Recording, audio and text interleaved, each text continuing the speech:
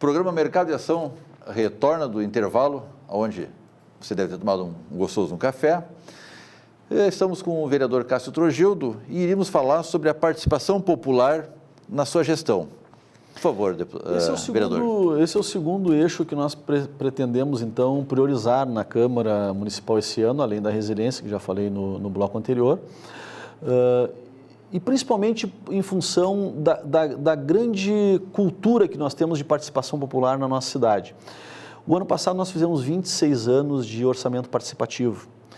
E o orçamento participativo foi uma iniciativa que não foi do bloco que comanda o atual governo, que já completará esse ano 12 anos.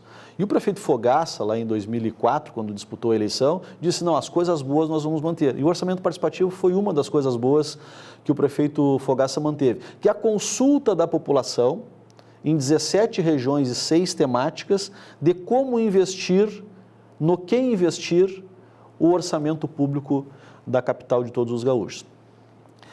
Isso nos propiciou que há 15 anos atrás nós tivéssemos aqui em Porto Alegre o primeiro Fórum Social Mundial, em 2001, que este ano agora, entre 19 e 23 de janeiro, terá uma edição comemorativa em Porto Alegre dos 15 anos, da primeira edição. Esse fórum continua se realizando mundialmente? Sim, ele continua se realizando mundialmente e teremos uma edição especial comemorativa aos 15 anos aqui do primeiro fórum em Porto Alegre este ano. E a Câmara Municipal, inclusive, está no ambiente, território do fórum, que terá o Araújo Viana, a Redenção, a Assembleia Legislativa e também a Câmara Municipal nas suas mesas de discussão.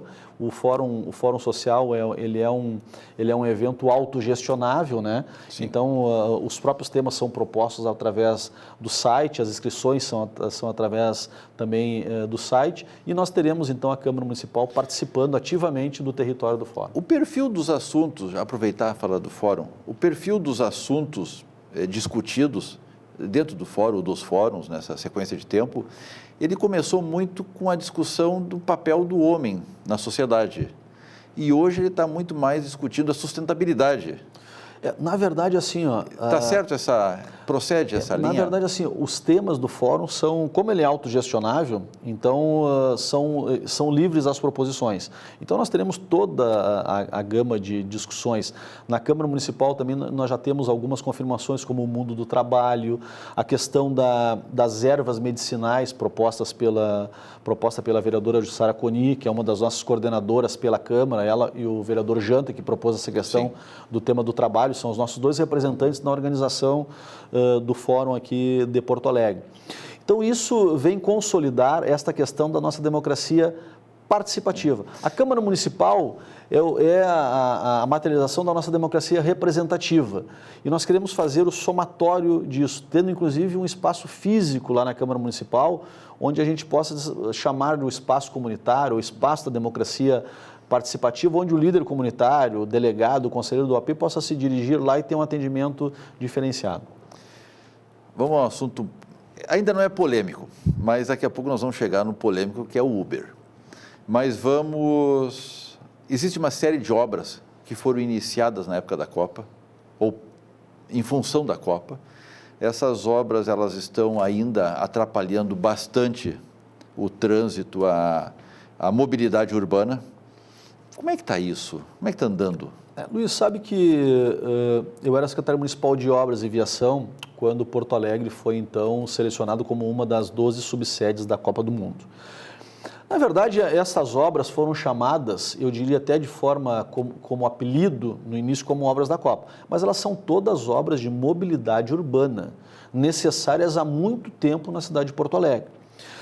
E que, a partir do advento da Copa do Mundo, o governo federal estabeleceu, então, linhas de créditos para essas capitais que poderiam se habilitar através de uma matriz de responsabilidade e propor obras que melhorassem a mobilidade urbana. Isto é uma exigência da FIFA, chamado legado que as cidades têm que ter para sediarem a Copa do Mundo. Então, a partir da definição de Porto Alegre como subsede, Porto Alegre, então, passou a definir quais seriam as intervenções, teve que fazer o projeto, licitar e, então, partir para a execução.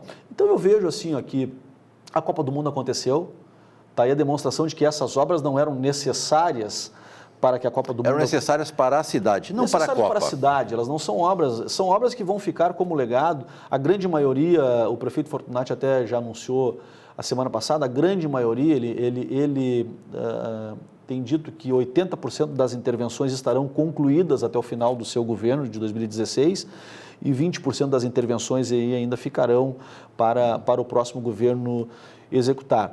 Mas eu queria, como nós estamos aqui num programa de análise econômica, qual é a grande dificuldade que nós temos no país? 68% do bolo tributário está concentrado lá na mão do governo federal, 63%, perdão. 25% com os estados e 18% com os municípios. Então, essas intervenções só são possíveis a partir de linhas de crédito do governo federal. E vejam só, linhas de crédito são financiamentos, a cidade vai pagar. Nós, todos os moradores da cidade, que temos contribuição dos nossos impostos aqui, iremos pagar isso, logicamente com juros subsidiados. Sem o apoio do governo federal é impossível fazer uma construção desse porte. Não se tem condições, porque, veja bem, a partir da Constituição de 88, os municípios cada vez mais tiveram atribuições. Sim. E essas atribuições não vieram acompanhadas das devidas dotações orçamentárias, né? Sim, vai obrigação. Então a cidade é municipalizada. Só passa obrigação. A saúde é Dinheiro municipalizada. A educação é cada vez mais municipalizada. A parte Mas a receita proporcional a isso... A receita proporcional, não. Então, nenhuma cidade consegue fazer obras de infraestrutura de maior porte se não tiver ou um financiamento internacional, ou um financiamento dos próprios órgãos de financiamento do país, ou linhas de crédito, ou emendas parlamentares. Mais fáceis ou mais difíceis, dependendo do alinhamento com o governo. É exatamente isso. Eu tenho dito que Porto Alegre se esmerou muito nessa questão das obras de mobilidade aí que tinham como finalidade a Copa do Mundo. Porto Alegre conseguiu contratar perto de 880 milhões de reais de obras de mobilidade. Então, logicamente, nós temos um investimento aí anual de 110, 120, 130 milhões com recursos próprios. Então, são 8 anos de investimentos aí que foram captados através dessas linhas das ditas obras da Copa. E o nosso cais, a nossa orla? Pois o cais é uma obra do governo estadual. O cais ele é federal, né? Aquele espaço é federal, concedido ao governo do estado, que há algum tempo então fez uma licitação e cabe ao município nesse processo todo, coube ao município estabelecer o regime especial, o regime urbanístico especial para aquela área, permitindo as construções diferentemente do que previa o plano diretor, e os licenciamentos, né? Então, nós estamos, nesse momento, na fase dos licenciamentos, que é uma corresponsabilidade. A prefeitura precisa licenciar, mas tem a responsabilidade do empreendedor de apresentar os estudos, apresentar as complementações de estudos, porque é uma área de orla, uma área que tem uma questão ambiental muito importante. Toda a área de orla é federal, né? Toda a área de orla ela é federal, sim. Existem concessões para os governos dos estados. Dentro desses projetos, o que chama mais a atenção da população? Aspectos são paisagísticos, são empreendimentos comerciais, terão hotéis, só lazer?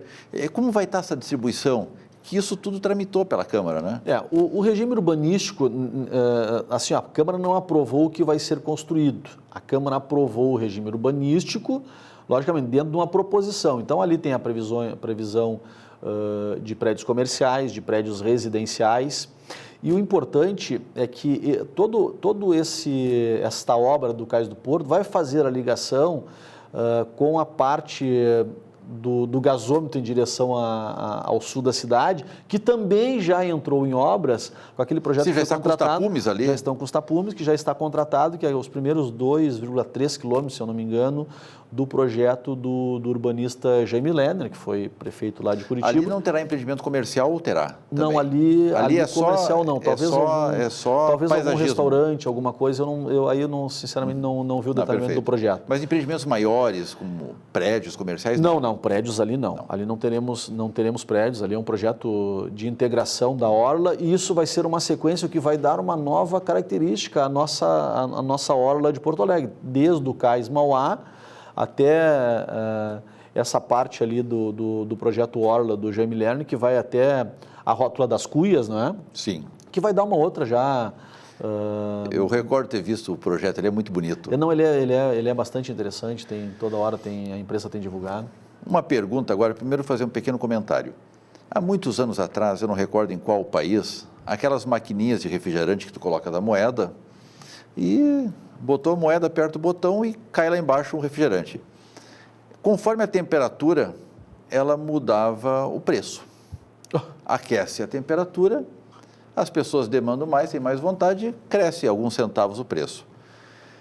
Nós estamos agora dentro da mobilidade urbana com um projeto bastante polêmico aí, que é a questão do Uber. O Uber é só uma das empresas, existem outras empresas com o mesmo tipo de prestação de serviços. O Uber é a pioneira, digamos, aqui em Porto Alegre. Mas o Uber está implantando agora também uma tarifa variável conforme a demanda.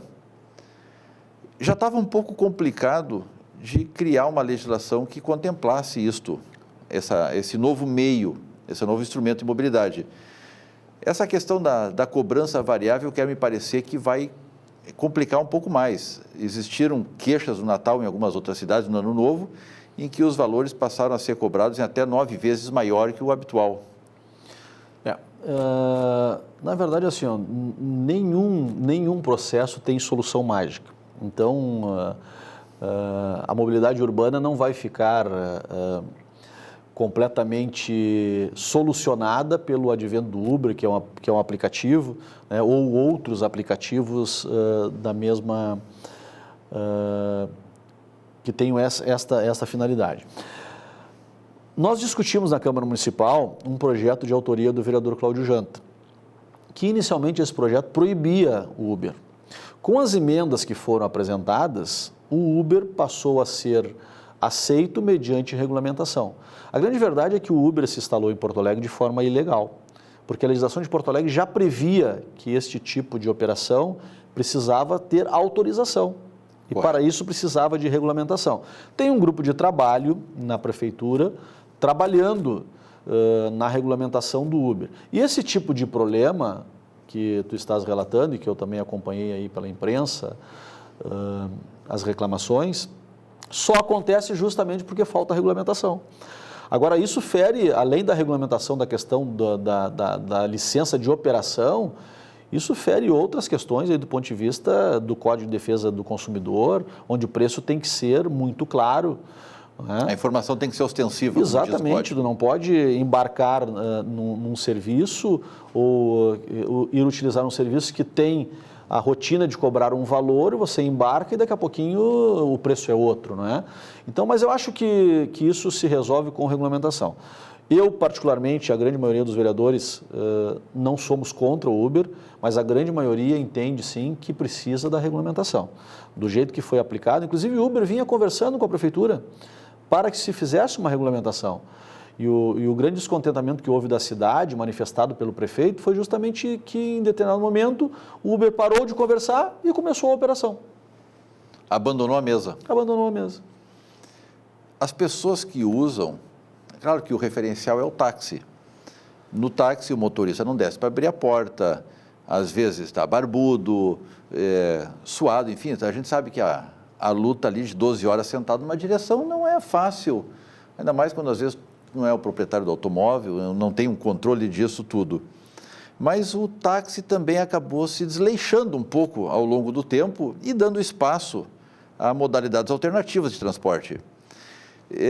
Pode ser por aí o motivo da população gostar da ideia?